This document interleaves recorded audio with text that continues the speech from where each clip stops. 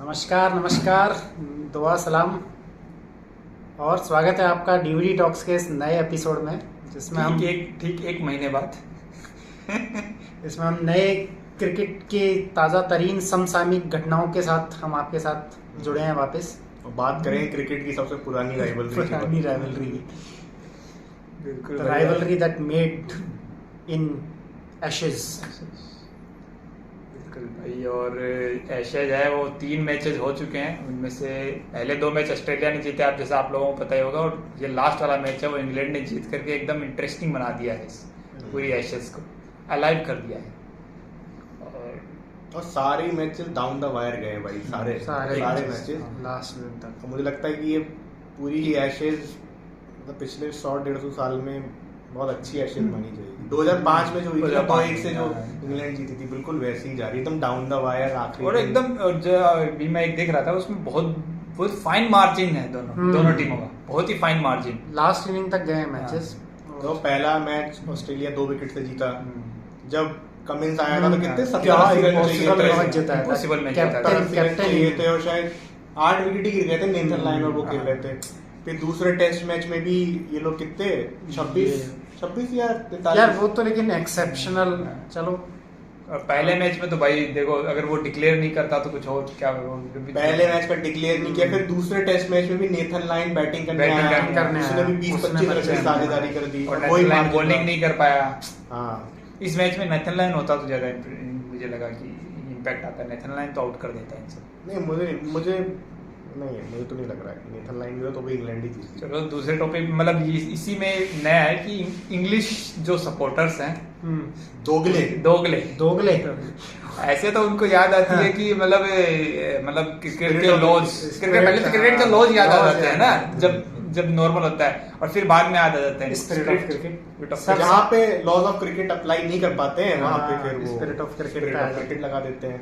लेकिन काफी कंट्रोवर्शियल ऐसी चीजें रही, मतलब हर मैच में 2-3 ऐसे बड़े बड़े डिसीजन रहे, चाहे वो कैच से हो जाए, चाहे स्टार का वो कैच हो जाए, चाहे बढ़िया एकदम तरह के। और भाई एमसीसी जो ऑस्ट्रेलियन जो एमसीसी जो लॉन्ग रूम में जो कांड हुआ, उसमें भी तो भाई को जो बू किया गया, उसमें भी ख्वाजा और भाई उन सबको, मतलब लिटरली अगर आप वीडियो देखेंगे तो उसमें क्या है कि वो लोग है ना खिड़की में, पूरा अच्छे से बताओ क्या हुआ लिटरली एक्चुअली क्या हुआ कि जैसे वो उसका जो इंसिडेंट हुआ बेरिस्टो वाला, तो लंच के बाद जब ये लोग वापस आ रहे थे तब ये कांड हुआ है। तब ये वहां पे, जब हर बार अपन लोड्स में देखते हैं एक लंबी सी वो रहती है ना उनकी गैलरी रहती है, उसमें बहुत सारे लोग बैठे रहते हैं। वो क्या होते हैं, एमसीसी के मेंबर्स, मान लो मेंबर्स ही होते हैं सब, और मतलब वो उनके वेटरन्स नहीं, वो दोस्ती यारी चल रही है, बन रखा है वेटरन्स, उसी में कि भाई तू भी मेरा दोस्त, तू भी मेंबर बन जा, तू भी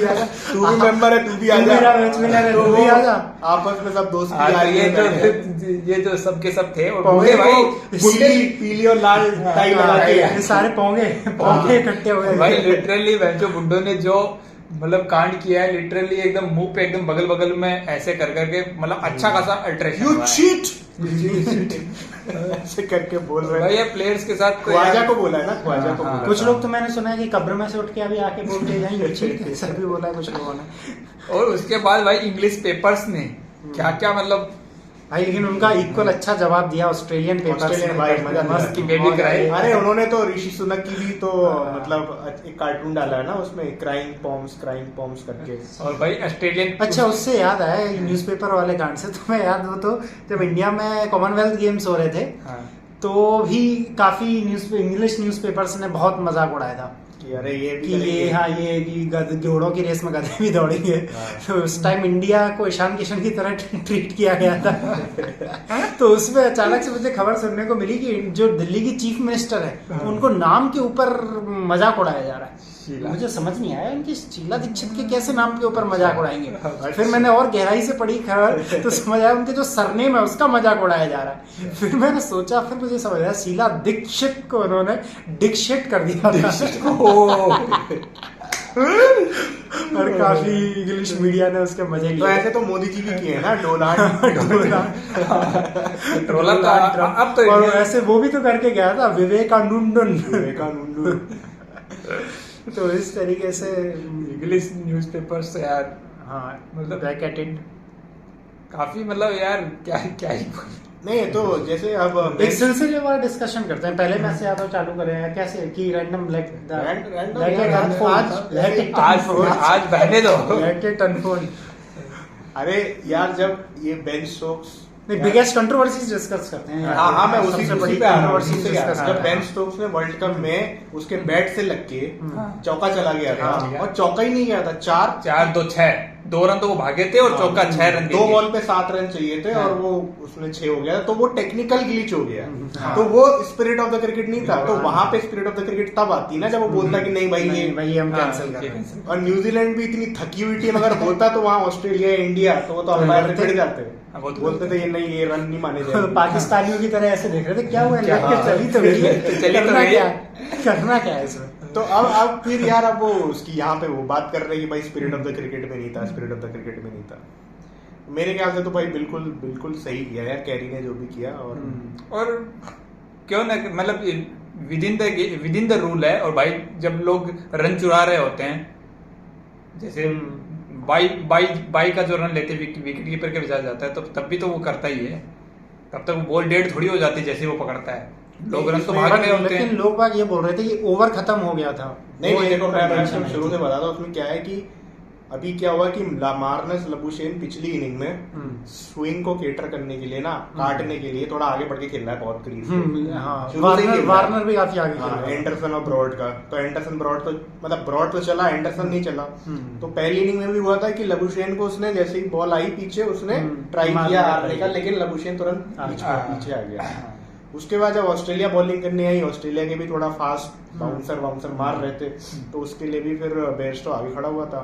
तो उसमें क्या हुआ कि 1-2 गेंदें पहले कैमरून ग्रीन की ऊपर से गई, और उन्होंने सबने नोटिस किया ऑस्ट्रेलिया वालों ने कि पीछे नहीं देख रहा है बट डक करके आगे निकल गया। वो एकदम प्लांट था। तो ये पहली बार हुआ, फिर दूसरी बार हुआ, तीसरी बार हुआ, चौथी बार क्या हुआ कि उसने डक किया, ठीक है, कैरी के हाथ में बॉल आई, और ऐसा नहीं कैरी ने हाथ में बॉल लेके रुक गया, कुछ नहीं किया, उसके हाथ में बॉल आई और उसने तुरंत दे मारा। लेकिन यार वो क्रीज में वो ऐसे टच करके गया है, मतलब ऐसा नहीं है कि नहीं कहाँ गया है, वो ऑलरेडी आगे था। डक किया, वो डक किया और चल के आगे चला। डक किया, यार क्रीज में वो टच करके नहीं गया था। उस समय वो क्रीज में था, क्रीज में ऐसे करके गया है, ऐसे उसने टच बात ये थी कि बॉल खत्म नहीं हुई ना, मतलब बट ये क्या एम्पायर ने ओवर नहीं बोला तब तक आप बात देखो, बाय द रूल्स तो ये बात सही है तुम्हारी। उसमें आप एक बार ऐसे कांटेक्ट करते हो ना, कीपर की तरफ देखते कि हो, हाँ, नहीं तुम स्क्वायर लेग अंपायर को बोल के जाते हो भाई। अब मुझे नॉर्मल में भी हाँ, और दूसरी बात ये कि अगर मान लो उस बॉल पे उसके हाथ से लग के छूट के चौका चला जाता, तो आप 4 रन या मानते। वो विकेट पे नहीं लगती और वो सिंगल तुरंत ले भागते। लेते तो भागते वो, हाँ भागते हो। भागते नहीं भागते। और तीसरा ये सबसे बड़ी बात जो है, जैसे कई लोगों को लग रहा है कि वो रन आउट हुआ, रन आउट नहीं, वो स्टंप हुआ। Stump अब हुआ है। यही सिचुएशन रिवर्स कर, स्वैप कर दो तुम कि मान लो स्पिनर बॉलिंग कर रहा है हाँ। और कैरी आगे रहता, तो ऐसे लगू ये जाता क्या बेयरस्टो छोड़ के? नहीं जाता। और कभी भाई नहीं जाता। बेयरस्टो ने एक, मैं काउंटी का एक वीडियो देख रहा था, बेयरस्टो ने खुद एक किया है, वेट करता रहा वो।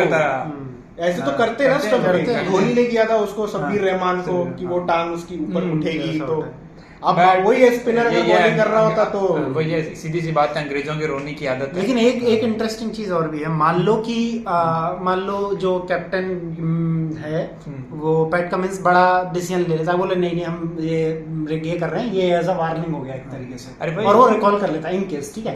अब मान लो, लेकिन क्या ये वर्ल्ड कप फाइनल होता और तब वो ऐसा कर पाता? मतलब तब हाँ, मतलब तुम इस टाइम मान लो इस विकेट पे वो कर भी ऐसा देता, लेकिन क्या वो बहुत क्रूशियल, मान लो लास्ट विकेट होता, वर्ल्ड कप फाइनल है, 1 रन बचा है और उसने ऐसे मार दिया, अब उस टाइम वो करता?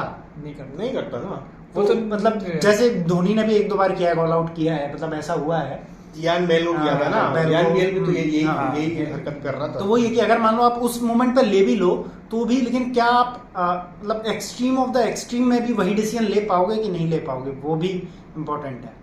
नहीं यार, कोई नहीं लेगा यार, नहीं लेगा कोई यार, नहीं। अगर लाइक लॉ है गेम, और क्यों लेगा? नहीं, मुझे तो देखो यहाँ लग रहा है कि स्पिरिट ऑफ द क्रिकेट की तो बात ही नहीं है। वो देखो उसने 1-2 बार नहीं 2-3 बार देखा, ऑलरेडी ऑब्जर्व किया, वो प्लान था, एकदम प्लान विकेट था ना। जैसे तुम देख रहे हो, जैसे कई बार होता है कि बैट्समैन शफल करके ना ऑफ स्टंप के काफी बाहर आके शॉट खेलता है, तो कई बार होता है कि बॉलर जानबूझ के लेग स्टंप की तरफ टारगेट करता है ताकि बोल्ड हो जाए। तो ऐसे इन्होंने 2-3 बार देखा, और तो वो तो विद इन द लॉज था ना, उसमें ऐसा कुछ नहीं था।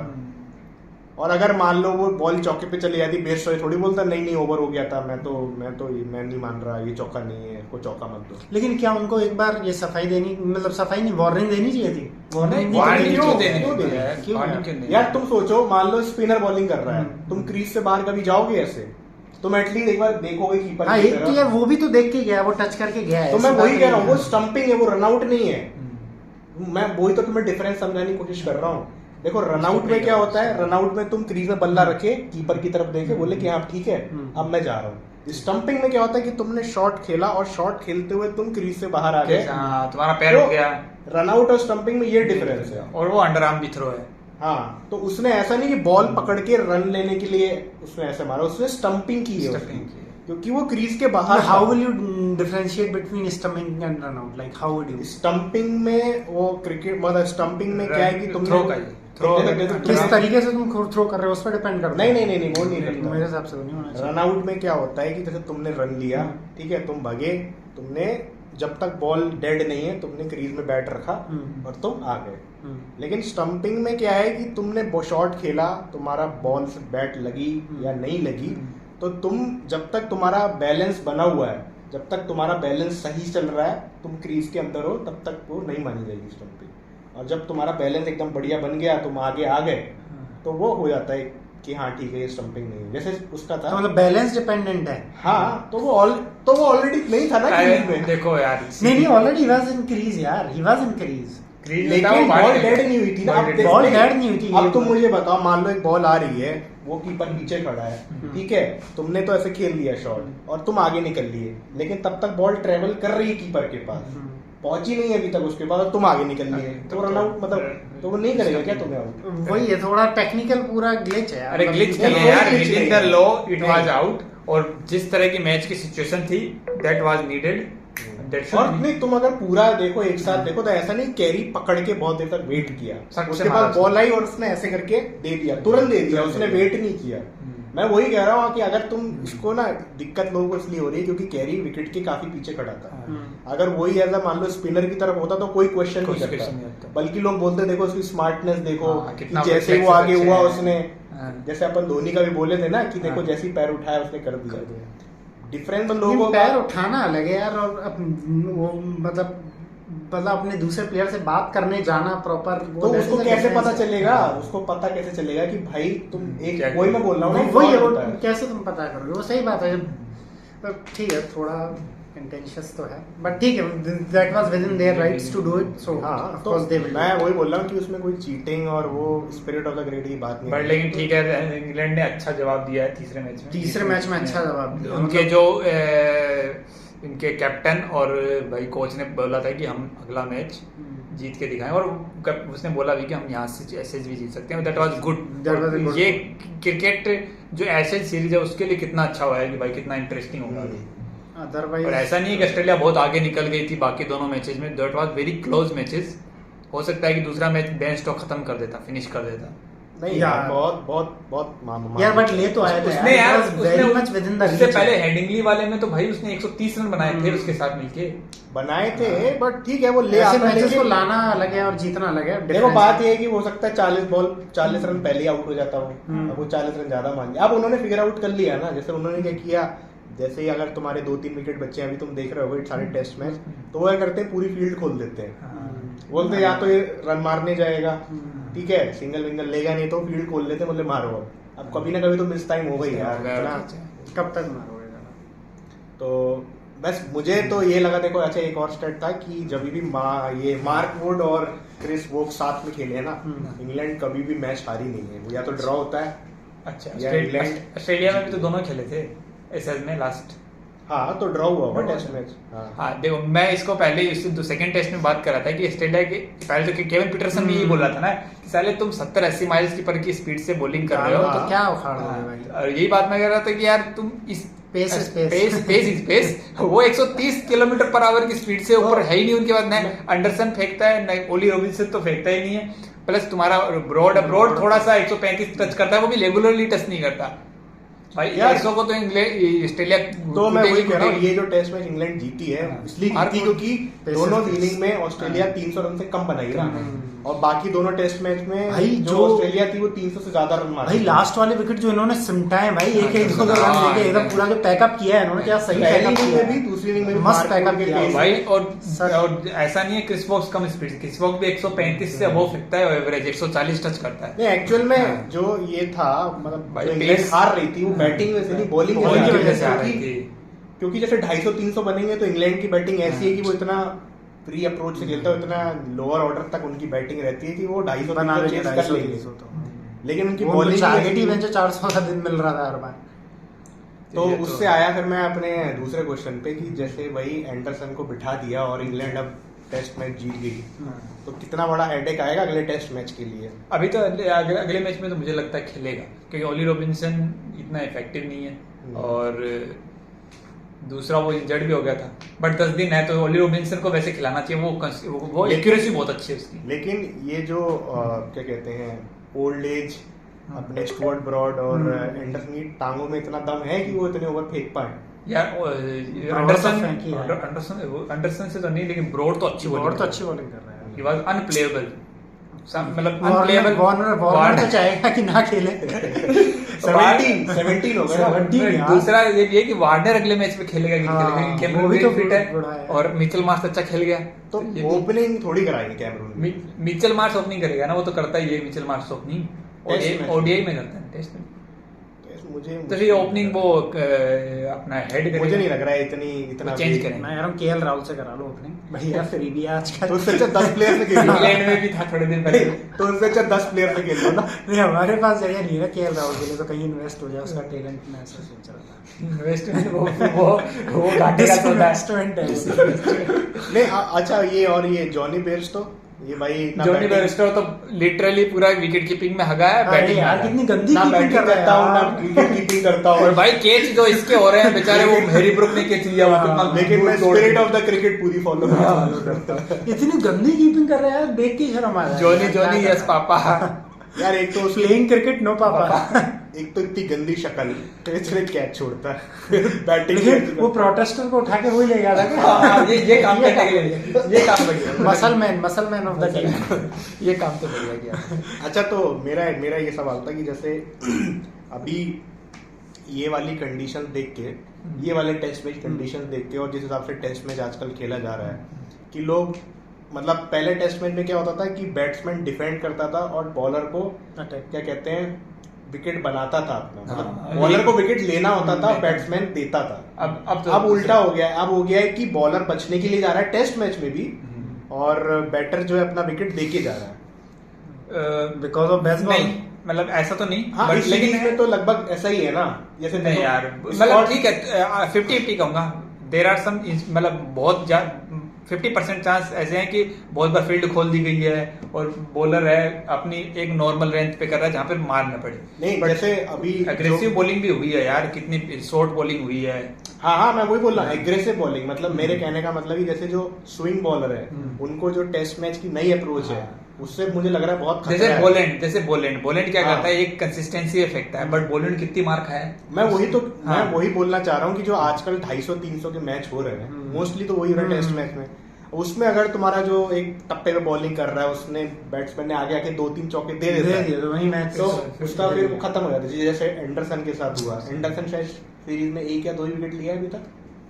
पहले मैच में 1 विकेट था और दूसरे में तो 0 था। हाँ स्कॉट बोलैंड की पिटाई ही हो रही है और विकेट ले ही नहीं रहा है, हाँ। मतलब ना तो वो रन रोक पा रहा है और ओली रॉबिन्सन के साथ भी दूसरे टेस्ट में तीसरे में ही हुआ। और जो जैसे अभी तुम फील्ड देखो, इंग्लैंड और ऑस्ट्रेलिया जो भी लगा रहे हैं वो क्या लगा रहे हैं, जैसे भी कोई बैट्समैन एग्रेसिव होता है ना वो कवर्स short- पूरा खोल देते हैं, शॉर्ट बॉल Slip- टैक्टिक्स हाँ, रहती है। नहीं शॉर्ट बॉल भी नहीं, स्लिप में है, स्लिप में लोग लगे हुए हैं, कवर्स पूरा खोल दिया है और कवर में एकदम पीछे- डीप पीछे, कवर और हाँ, पॉइंट single- पे single लेते हैं। बाउंड्रीज पे लगा दिया। बाउंड्रीज पे लगा दी। मतलब ये जो टेस्ट मैच जो नई एक फॉर्म ले रहा है, जो इवॉल्व हो रहा है, तो वो एक्चुअली बैटिंग जैसी फॉर्म लेगी तो फिर उसके अकॉर्डिंग फील्डिंग और बॉलिंग साइड भी तो हाँ, मैं वही बोल रहा हूँ कि आजकल बैटिंग भी तो अग्रेसिव होने लगी है ना टेस्ट हाँ में। मैं वही उसी पे आ रहा हूँ कि तो क्या फिर आज के जमाने में जो तुम्हारे भुवनेश्वर कुमार या बर्नॉन फिलेंडर या मोहम्मद अब्बास जैसे प्लेयर्स रेलेवेंट रह जाएंगे टेस्ट क्रिकेट में अगर ऐसे ही चलता रहा?